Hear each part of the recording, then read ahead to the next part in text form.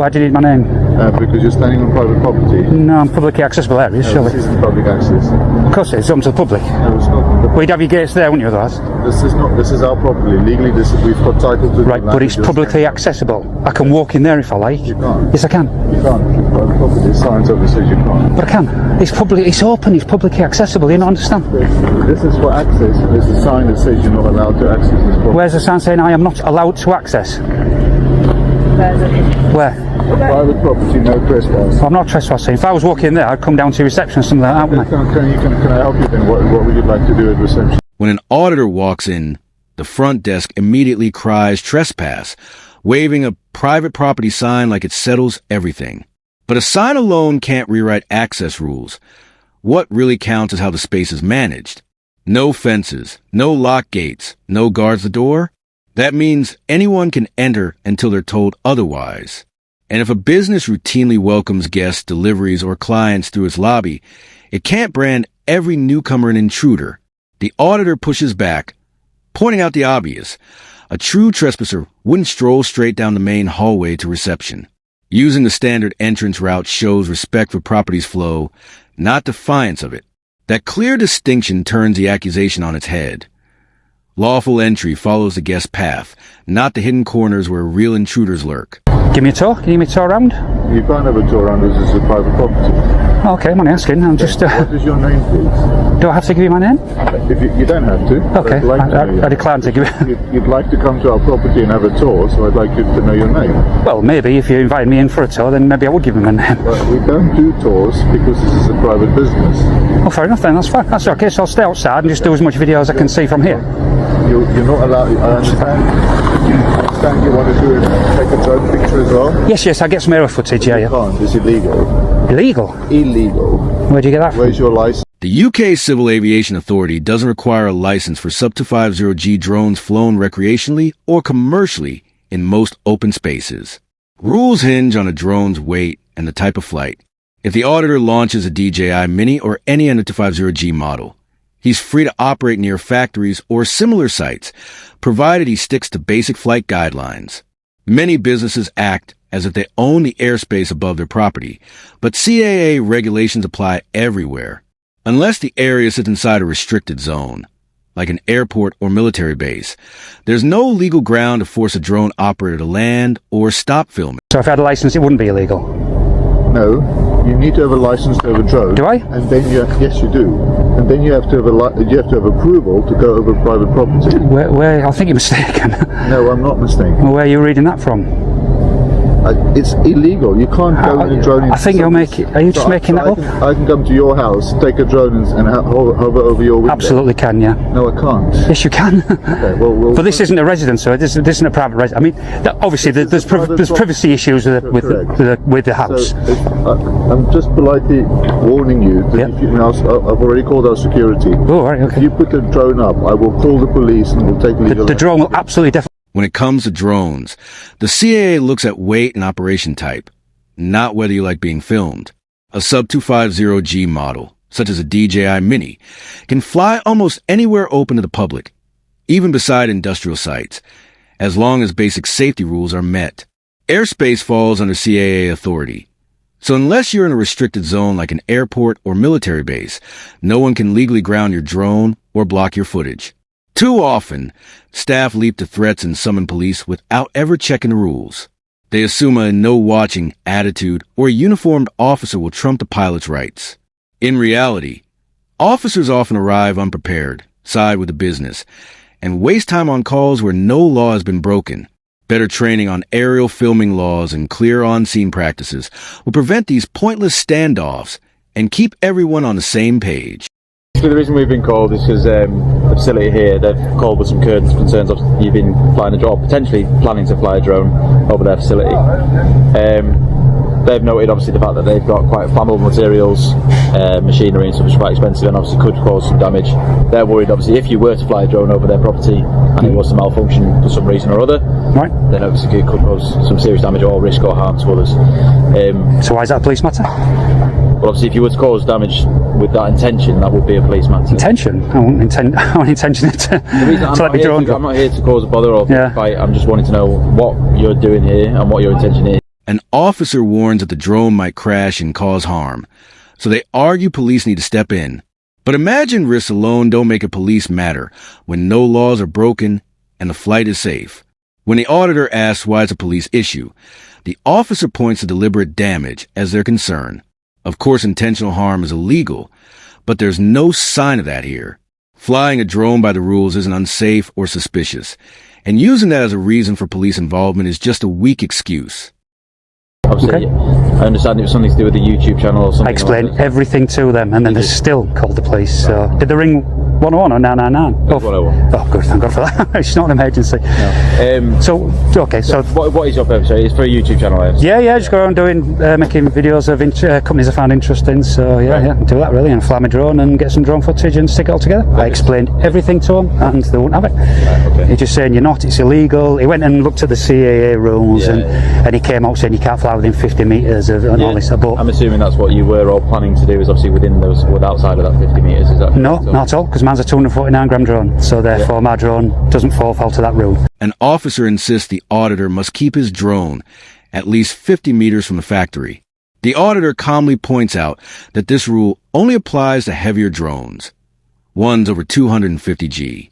His DJI Mini weighs less, so he's free to fly closer as long as he stays within sight and avoids large crowds. That simple fact should have stopped the misunderstanding before it started. By having to school the officer on basic CAA regulations, the auditor reveals a bigger problem. Police often handle drone calls without proper training. When officers aren't up to speed on aerial rules, routine checks turn into awkward lessons. Better education on drone and photography laws would save time, reduce friction, and keep everyone focused on real safety issues. Fly anywhere with that drone, so... It does say within the 50 metres of people or building. Nope. Not on the CAA.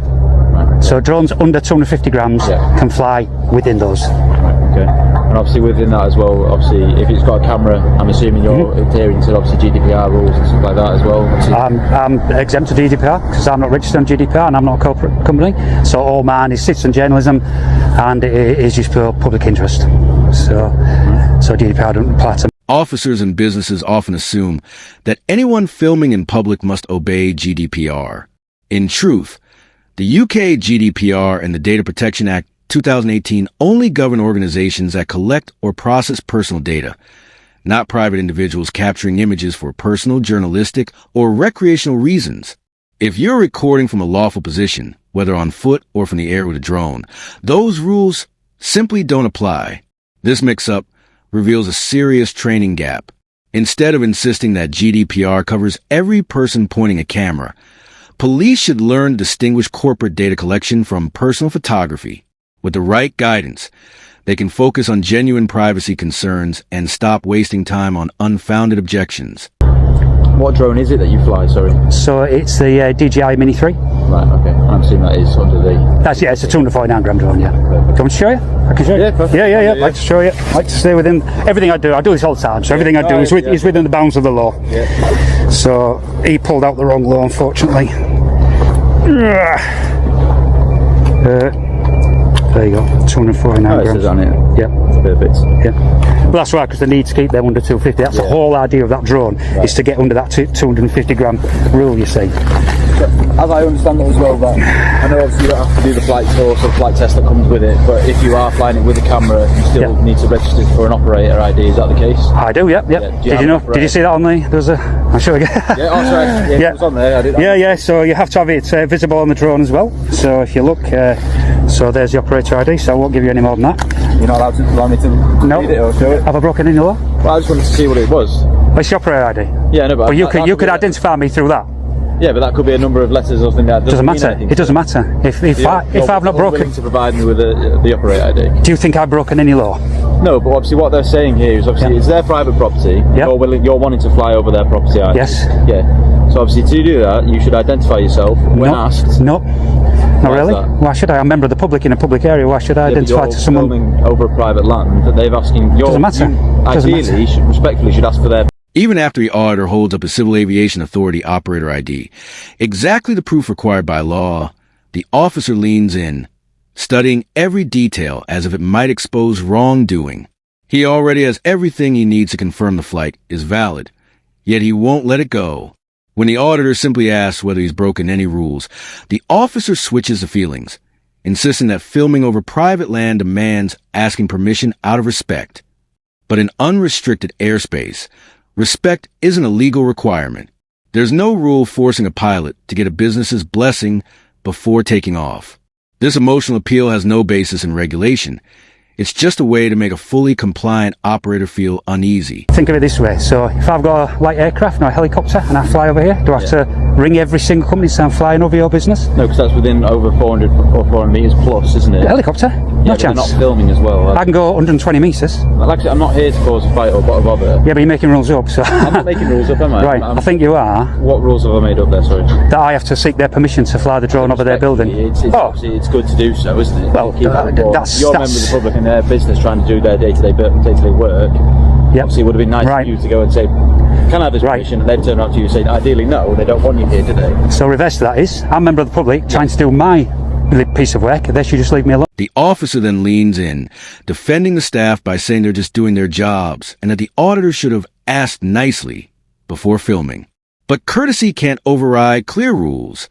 Shooting from public ground or flying a sub-250G drone in unrestricted airspace never demands permission. The auditor calmly flips it back on the officer, noting that he's also doing his duty, and that it's the business, not him, blocking lawful activity. Expecting someone who's fully compliant to cater to a company's feelings, when that company has no legal grip on the sky, is simply unreasonable. Surely. Okay. Works both ways, doesn't it? So they should respectfully leave me alone to get on. I think I've had to wait for you guys. He said I've rung the police, so I waited. I don't want you chasing me around What the is the estate. plan of action and how long are you meant to be here? I'm going around all the estate. I'm going to do as many as I can, many buildings as I can, so you probably get more calls. I don't know. Right. You recording the conversation? Yes, I am. Yes, Should you not have told I'm them? sure Should you not have retold me?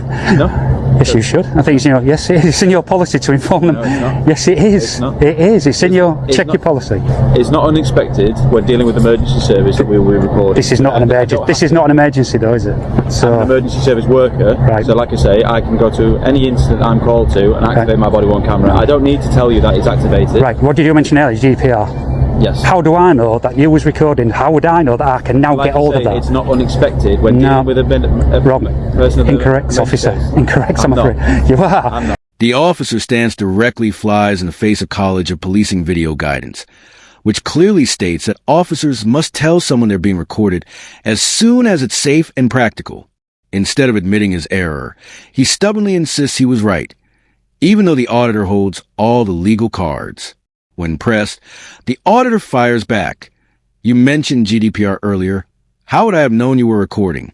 I could request that footage. That line lands hard, exposing the hypocrisy of an officer quick to enforce data rules on others, but blind to his own duty to warn.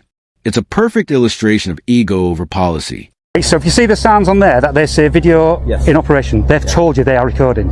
You have to tell me you're recording. I don't. Right, okay, check it. Read your rules. I will do. Yeah, But I don't. I think you do. That's fine. I think you do. I don't. Like I say, I'm not here to pick a fight. Right. I've just come down here on the basis of what they've said. They've got concerns for the risk of their staff and their employers. Right, from a man with a camera. You were sorry? From a man with a camera. So what is the risk? Like I say, they thought, or their rationale to us, was that if that drone were to malfunction over their property, it could cause significant damage or risk to others. Okay, but that's my responsibility. Yes, Yes, and I have insurance for that. If that did happen, I'm insured. the public liability. I have public liability insurance, yes.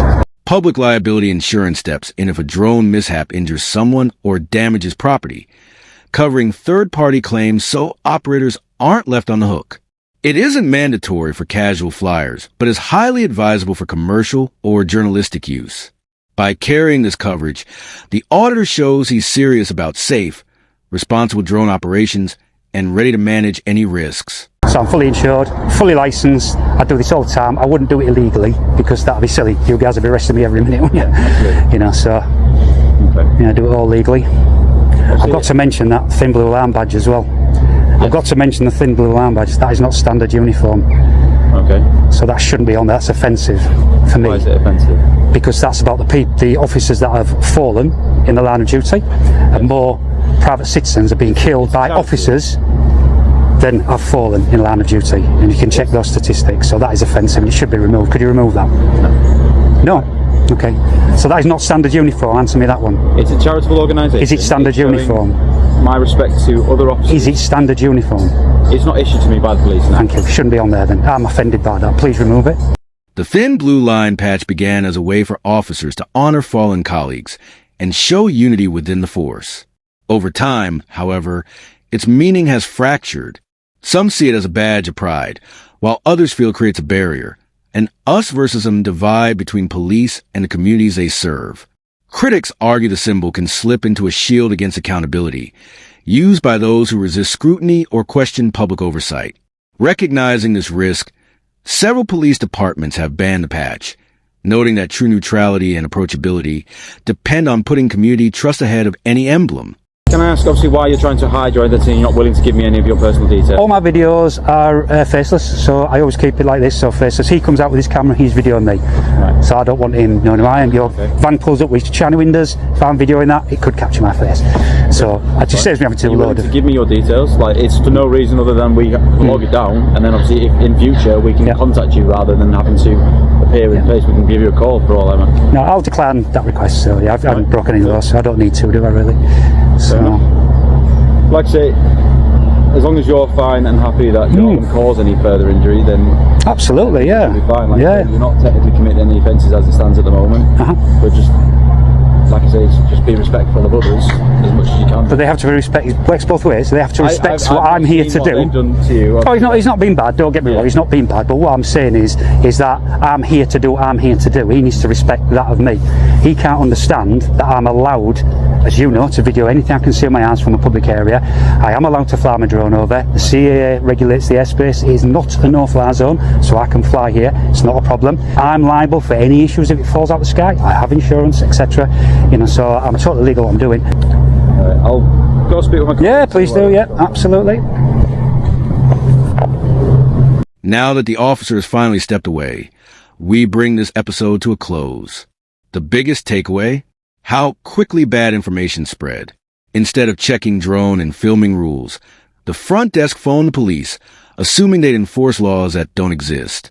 When officers arrived, they hunted for reasons. GDPR, airspace limits, private land claims, all misapplied. Even after seeing valid ID, the officers sided with the business, demanded identification, and suggested asking permission out of courtesy. This wasn't about upholding the law. It was about control. And despite clear facts, he refused to admit his mistake, relying on faulty arguments. This encounter shows why recording police interactions matters. Without footage, officers can mistake the law and pressure people into standing down. An uninformed operator might have seen illegal activity shut down, simply to appease a business. That's it for today. If you enjoyed this episode, please like, comment, and subscribe. It really helps me keep delivering independent coverage. And don't forget to check out BP Visits. His channel link is in the description. Thanks for watching. This is our audits, and I'll see you in the next one.